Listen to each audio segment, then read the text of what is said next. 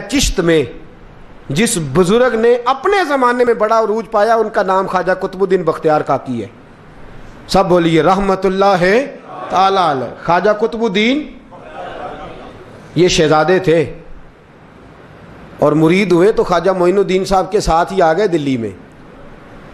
خواجہ معین الدین صاحب کی بھی کیا بات، عطائے رسول ہند الولی، اور ان کے مرید تھے بابا فرید الدین گنج شکر رحمت اللہ علیہ.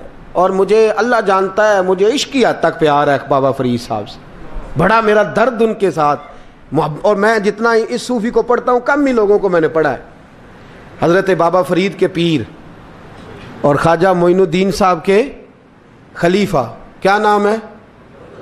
خواجہ قطب الدین. مکتب میں پڑھنے گئے نا پہلے دن، 4 سال کی عمر تھی، تو قاری صاحب نے الف با تا سا پڑھایا تو انہوں نے 15 سپارے قرآن پاک کے سنا دیے. تو کہنے لگے بیٹا تجھے کیسے آئے؟ کہنے لگے میری اماں 15 سپاروں کی حافظ ہے، وہ سارا دن قرآن پڑھتی رہتی تھی، مجھے سن سن کے یاد ہو گیا ہے. یہ بالا نو گالاں یاد ہو سکدیاں نے تے قرآن پاک بھی یاد. اللہ خیر کرے، شرط یہ ہے کہ ہم گھر میں قرآن پڑھیں، بچوں کو سن سن کے بھی یاد ہو ہی جاتا ہے. خواجہ قطب الدین اتنا عروج پایا اس شیخ کامل نے کہ وقت کا بادشاہ بھی مرید ہو گیا.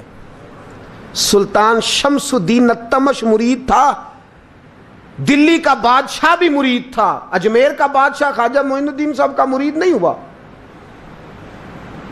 نہ پاک پتن کا بادشاہ بابا فرید کا مرید ہوا. لیکن خواجہ قطب صاحب کو اللہ نے یہ عظمت بھی دی، یہ شان ہے نا. اگرچہ صدقہ سارا خواجہ معین الدین کے قدموں کا ہی تھا، لیکن دلی کا بادشاہ مرید ہوا، اور اتنا اعلیٰ مرید ہوا کہ جب خواجہ قطب الدین صاحب کا وصال ہوا تو 3 شرطیں لگائی تھیں. فرمایا میرا جنازہ وہ پڑھائے، جب سے توبہ کیا پھر اس کا سینے بد حرام کے لیے نہ کھلا ہو، اور جب سے توبہ کیا پھر لقمہ حرام اس کے گلے سے نہ گزرا ہو، اور جب سے توبہ کیا پھر کبھی نماز تہجد بھی قضا. بڑے بڑے صوفی میری طرح کے گردن جھکا کے کھڑے ہو گئے. 7ویں صف سے دلی کا بادشاہ نکل آیا، کہنے لگا پیرا ساری زندگی میں نے پردہ داری سے عبادت کی تھی، تو جاتی دفعہ مجھے بے نقاب کر گیا ہے. اتنا بڑا انہوں نے شخص تیار. اور حال یہ تھا، لوگ کہتے ہیں کہ فلانا آدمی امیر آدمی ہے تو حضرت صاحب کا تعلق پیر صاحب کا تعلق زیادہ ہے، تو اس کی عمارت نہ دیکھ، کبھی کبھی اس کی پرہیزگاری بھی دیکھ، اس کی خدمت گزاری بھی دیکھ. خواجہ قطب الدین صاحب پہ بھی الزام لگتے رہے. ایک الزام یہ بھی لگا کہ قریب چلے گئے. ہوا کیا، جب بادشاہ مرید ہوا تو کہنے لگا حضرت جی میں نے بادشاہی نہیں کرنی، میں نے اب خانقاہ میں رہنا ہے. تو فرمایا بیٹا تو چھوڑ دے گا تو کوئی ظالم بیٹھ جائے گا. تو حضور پھر کیا حکم ہے؟ فرمانے لگے تو نے کرنی ہے. تو کہا حضور آپ وہ کہاں ہوتے ہیں، میں کہاں ہوتا ہوں، دل ہی نہیں لگتا. تو آپ فرمانے لگے میں ڈیرا اٹھا کے تیرے قریب لے آتا ہوں. خواجہ صاحب 1 کلومیٹر کے فاصلے پر ڈیرا اٹھا کے لے آئے. فرمانے لگے میں تیری تربیت کرتا رہوں گا، تو مخلوق کا بھلا کرتے رہنا. صلی اللہ علیہ، تو حضور کی امت کا اللہ اکبر. وہ قریب، اس وقت بھی لوگوں نے بڑی باتیں کی کہ دیکھو جی بادشاہ تھا نا تو پیر صاحب ہی نیڑے آ گئے. لوگ دیکھتے نہیں کہ اصل بات کیا ہے. خیر وقت گزر گیا، بادشاہی مرید ہو گیا، تو پھر دلی سارے میں اسلام، اتنا عدل انصاف، ہندوؤں کو بات پسند نہ آئی.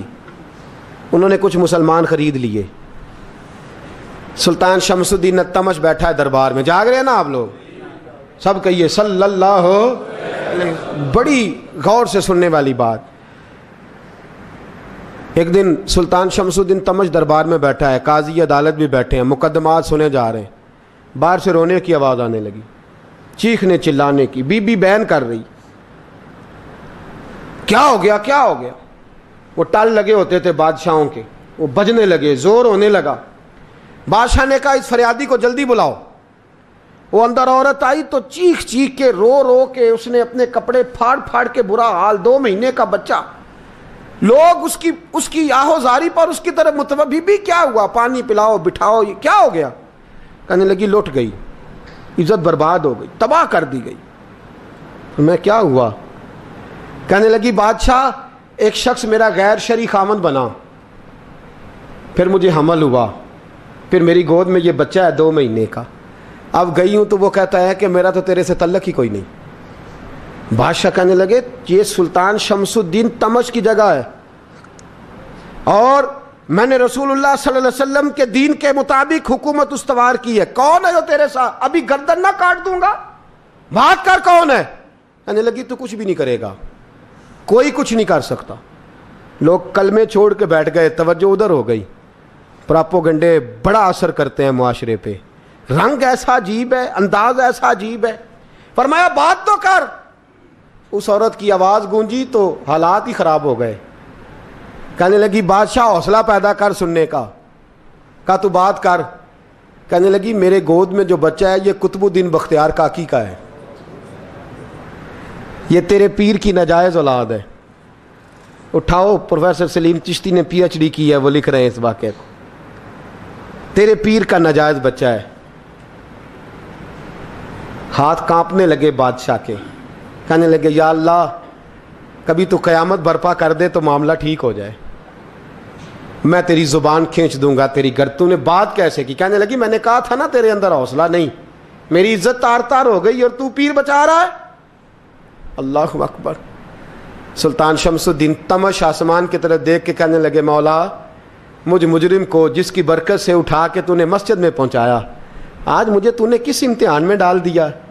یہ کیا رنگ تو نے زندگی کا بنایا ہے. کہنے لگی بلا اسے, اڑا اب گردن. اللہ اکبر. خواجہ قطب الدین بختیار کاکی, ذرا اس جگہ پہ اپنے آپ کو کھڑا کر کے دیکھ میرے دوست. جو شخص دلی کے بازار میں نکلے تو دکانیں بند ہو جائیں, عورتیں گھروں میں گھس جائیں, جس کے نام پر چرچے ہوں دین کے, وہ شخص لاٹھی ٹکاتا ٹکاتا. عرس منانے آسان ہے, ڈھول ڈمکے کر کے گھروں کو جانا آسان ہے, پر ذرا ان کی راہوں کا مسافر تو بن انہوں نے انداز کیا اختیار کیا. حضرت خواجہ قطب الدین بختیار کاکی, خبر پھیل گئی.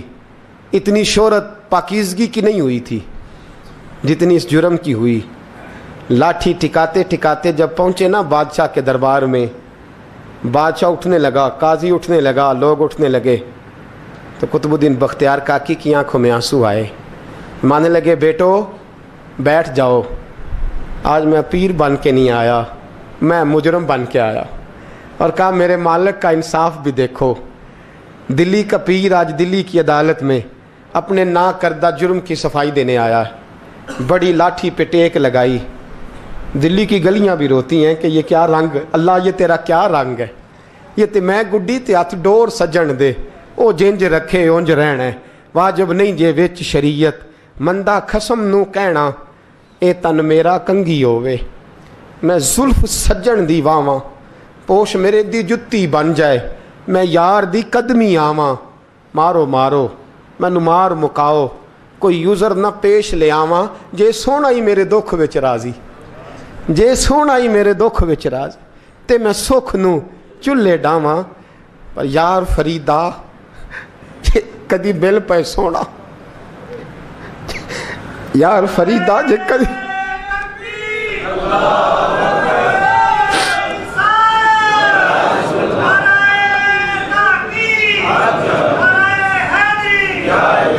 یہ کدی مل پہ سونا, بس انہوں رو رو حال سناواں. ٹیک لگائی ہے. کہنے لگی بی بی بول دے گواہی. کہنے لگی بی بی رب جانتا ہے, رب کا رسول جانتا ہے, پر میں تجھے نہیں جانتا, تو کون ہے؟ کہنے لگی اچھا وہ لوگوں کو بھیج کے تہجد کے بہانے پچھلے دروازے مجھے اندر بلانا, رب تیرا بھول جانا. پھر رونے لگی, پھر مکر کرنے لگی. مجھے بتائیے ایسا کوئی مقدمہ ہو تو لوگ کیا کہتے ہیں؟ یکدم حالات بدلتے ہیں کہ نہیں بدلتے؟ دلی کا ماحول ہی بدل گیا, سارا رنگ ہی بدل گیا. وہ عورت تو ہندو تھی, اس نے تو جھوٹ موٹ کے کلمے بھی پڑھ رکھے ہیں. اللہ اکبر. خواجہ صاحب پوچھتے ہیں گواہ ہے کوئی تیرے پاس؟ تو 4 کلمہ پڑھنے والے کھڑے ہو گئے. اللہ کرے کلمہ پڑھنے والے بکا نہ کریں, آمین تو کہیں.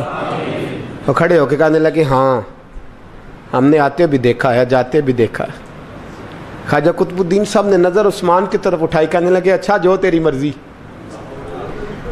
میں گڈی تے ہاتھ ڈور سجن دے, وہ جنج رکھے اونج رہنا ہے, واجب نہیں وچ شریعت, مندہ خسم نو کہنا.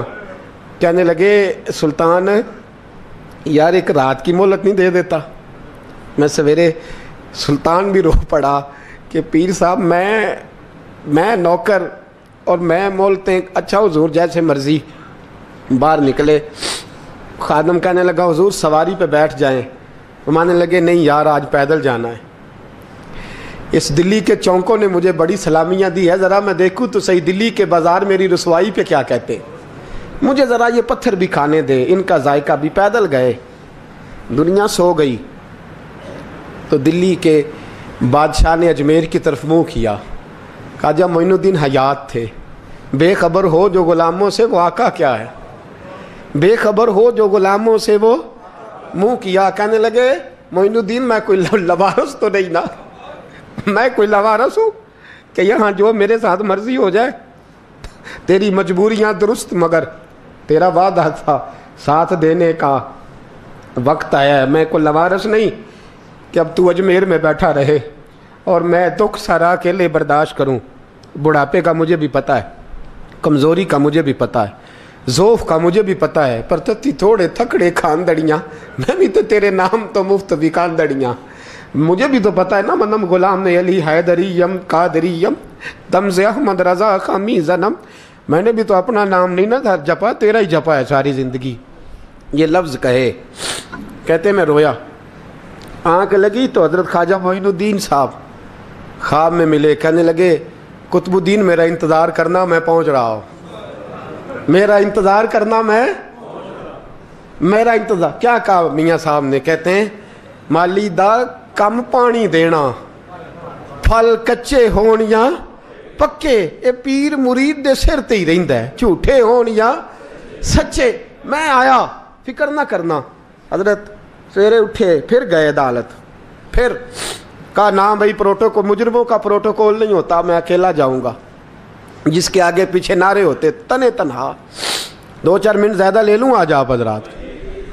کہتے میں پہنچا عدالت اور جا کے جب کہا نا کہ ہاں جی حضور بتائیے, گواہ بھی خلاف ہے, مقدم بولیں, تو کہنے لگے مجھے میرے شیخ نے حکم دیا ہے کہ میرا انتظار کرنا. پھر وہ جو باتیں کرنے والے تھے کہنے لگے جی کون گیا تھا اجمیر, کون آیا ہے وہاں سے, ہمیں روحانی باتیں نہ بتائی جائیں. یہاں سے تو ایک دن میں پہنچا نہیں جا سکتا, ٹرین بھی 36 گھنٹے لیتی ہے دلی سے جانے میں. تو کہا یہ کیسے ہو سکتا ہے, کوئی رات کو رات آپ کو خبر ہو گئی, آپ کیس کو لمبا نہ کریں. بادشاہ مرید ہے, لگتا ہے کہ یہ راتوں رات بھگا دے گا پیر کو. اتنی باتیں خواجہ صاحب نے سنی. جب بے گناہ آدمی کو یہ باتیں سننی پڑتی ہیں پھر دل بڑا ٹوٹتا ہے, پھر بڑی تکلیف ہوتی ہے.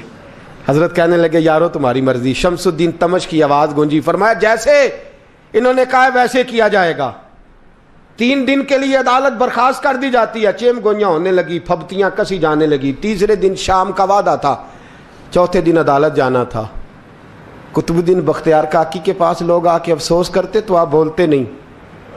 یہاں تو لوگ صفائیاں دیتے ہیں, بولتے نہیں. فرماتے یار میں گڈی تے ہاتھ ڈور سجن دے, وہ جینج رکھے, میں اونج ہی رہنا ہے, جیسے اس کی مرضی ویسے. جیڑیاں گڈیاں آپ پہ اڈیاں ہو نہ چڑھن اونچائیاں, وہی گڈیاں اونچیاں اڈیاں جڑیاں سائیاں آپ چڑھائیاں. فرمایا ٹھیک ہے جیسے وہ رکھے, میں راضی ہوں. اللہ اکبر. تیسرے دن کی مغرب کا وعدہ تھا. جب مغرب کا سورج ڈوب گیا نا, بڑے قافلے اجمیر سے آئے پر معین الدین نہ آیا. وعدہ کیا تھا یار نے, آؤں گا دن ڈھلے. وہ خواجہ غلام فرید صاحب رحمۃ اللہ تعالیٰ علیہ فرمایا کرتے تھے نا, کوا کھانے لگا آنکھیں تو کہنے لگے کاغا اے تن سارا ہی کھائیو, میرا چن چن کھائیو ماس, میرے 2 نین نہ کھائیو, مینو پیا ملن دی آس. نے کہا سارا کھا جا, آنکھیں چھوڑ دے. اس نے کہا تھا میں آؤں گا, انتظار لمبا ہو گیا ہے پر میری امید تو نہیں نہ ٹوٹی. مغرب کی اذان ہوئی تو لوگ کہنے لگے لو جی اب بس ہو گئی. خواجہ قطب الدین صاحب نے اللہ اکبر کہہ کے مغرب کی جماعت جب میدان میں کھڑی کی تو اپنی بھی چیخ نکل گئی, آئے نہیں. لیکن جب نماز کا سلام پھیرا تو خواجہ معین الدین صاحب کی 2 رکعتیں ابھی باقی تھیں. خواجہ صاحب پیچھے نماز پڑھ رہے ہیں, سلام پھیرا اور نماز کے بعد جب اٹھے نا تو خواجہ صاحب کے سینے کے سینہ لگا. تو کہا حضرت جی میں شہزادہ تھا, آپ نے کہا تھا خشک روٹی کھانا تو میں نے خشک کی کھائی ہے, آپ نے کہا تھا فاقے کرنا تو میں نے کیے ہیں, آپ نے کہا وطن واپس نہیں جانا تو میں نہیں گیا, حضور اس امتحان کا آپ نے بتایا ہی نہیں تھا، یہ مجھے بتا جاتے، اب اس سفید داڑھی سے میں جواب دیتا پھروں۔ خواجہ معین الدین صاحب نے جھٹکا، پیچھے ہٹ، تو زیادہ عزت والا ہے کہ یوسف زیادہ عزت والا تھا؟ تو زیادہ مقام والا ہے کہ عائشہ زیادہ مقام والی تھی؟ چپ کر، یہ کوئی صوفیاء کا طریقہ ہے؟ چپ کر۔ عرض کی حضور غلطی ہو گئی، میں پہلے نہیں رویا، تو ملا ہے تو رویا ہو، میں پہلے نہیں تڑپا، میں نے شکوا نہیں، تو ملا ہے، اپنا ہی کو ملے تو دکھ یاد آتے ہیں نا۔ فرمایا چپ کر، جا سلطان سے کہہ دے سویرے نماز کے بعد عدالت لگا دے۔ سویرے جب عدالت لگی نا تو خواجہ معین الدین صاحب بازو پکڑا خواجہ قطب صاحب کا، نکلے تو دیکھا لائنیں لگی ہیں، مجمع لگا ہے، آنکھوں میں آنسو آ گئے۔ کہا حضور آپ کیوں روتے ہیں؟ فرمایا میرا دل تھا لوگ میرے کتب کی شان دیکھنے آئے، یہ کتنے بدبخت ہیں، میرے کتب کی رسوائی دیکھنے آئے، کتنے نالائق ہیں، رسوائی دیکھنے اتنے آئے ہیں، شان دیکھنے آتے ہی نہیں۔ اللہ اکبر۔ جب میدان لگا خواجہ صاحب پہنچے، عورت کو کہنے لگی اللہ سے ڈر جا، وقت تھوڑا ہے، تو مر جائے گی۔ کہنے لگی مجھے داستانیں نہ سنائیں۔ قاضی صاحب سے کہنے لگے قاضی صاحب آپ حقیقت حال سے آگاہ ہیں، خیال کریں۔ کہنے لگے خواجہ صاحب دلیلیں نہ دیں، گواہ لائیں، واز نہ کریں۔ خواجہ صاحب رحمت اللہ علیہ کہنے لگے گواہوں کو بلاؤ۔ گواہ آئے تو خواجہ معین الدین صاحب نے نظر، تم ہو میرے کتب پر، میرے کتب کے جرم کے گواہ؟ ان کی زبانیں کانپنے لگی، ہاتھ کانپنے لگے، میں بولتے کیوں نہیں؟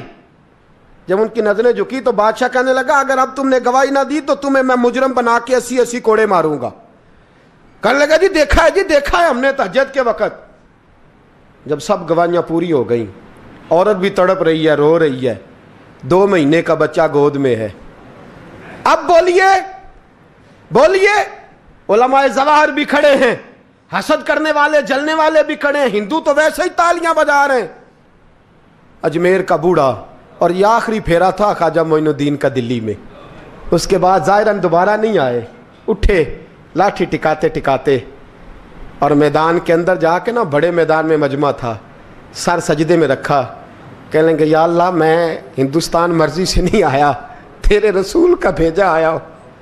پھر اٹھے اور کہنے لگے مولا تیرے نبی کا فرمان ہے کہ میری امت کے علماء بنی اسرائیل کے نبیوں کی طرح ہوں گے، اگر یوسف کے لیے بچہ بول سکتا ہے تو میرے کتب کے لیے بھی بولنا چاہیے، اگر یوسف علیہ السلام کے لیے بول سکتا ہے تو میرا قطب الدین بھی سچا ہے، اس کے لیے۔ پھر اٹھے اس بی بی کی طرف بڑھے، لوگ کہنے لگے نہ جانے اب کیا ہوگا۔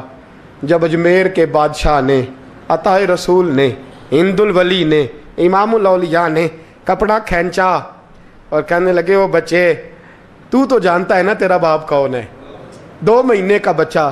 جب نانا بولا تو بی بی کہنے لگی اب کیا کر رہے ہو، بچے بھی کبھی بولے ہیں؟ میں بی بی چپ کر، ان اللہ علی کل شیء قدیر، میں کمزور رب کا ماننے والا نہیں، قدرتوں والے رب کا ماننے والا ہوں، وہ چاہے تو بچے بھی بولتے ہیں۔ قرآن کہتا ہے حضرت عیسیٰ بولے تھے انی عبد اللہ آتانی الکتاب، مریم بھی تو ولی اللہ تھی، وہ نبی تو نہیں تھی۔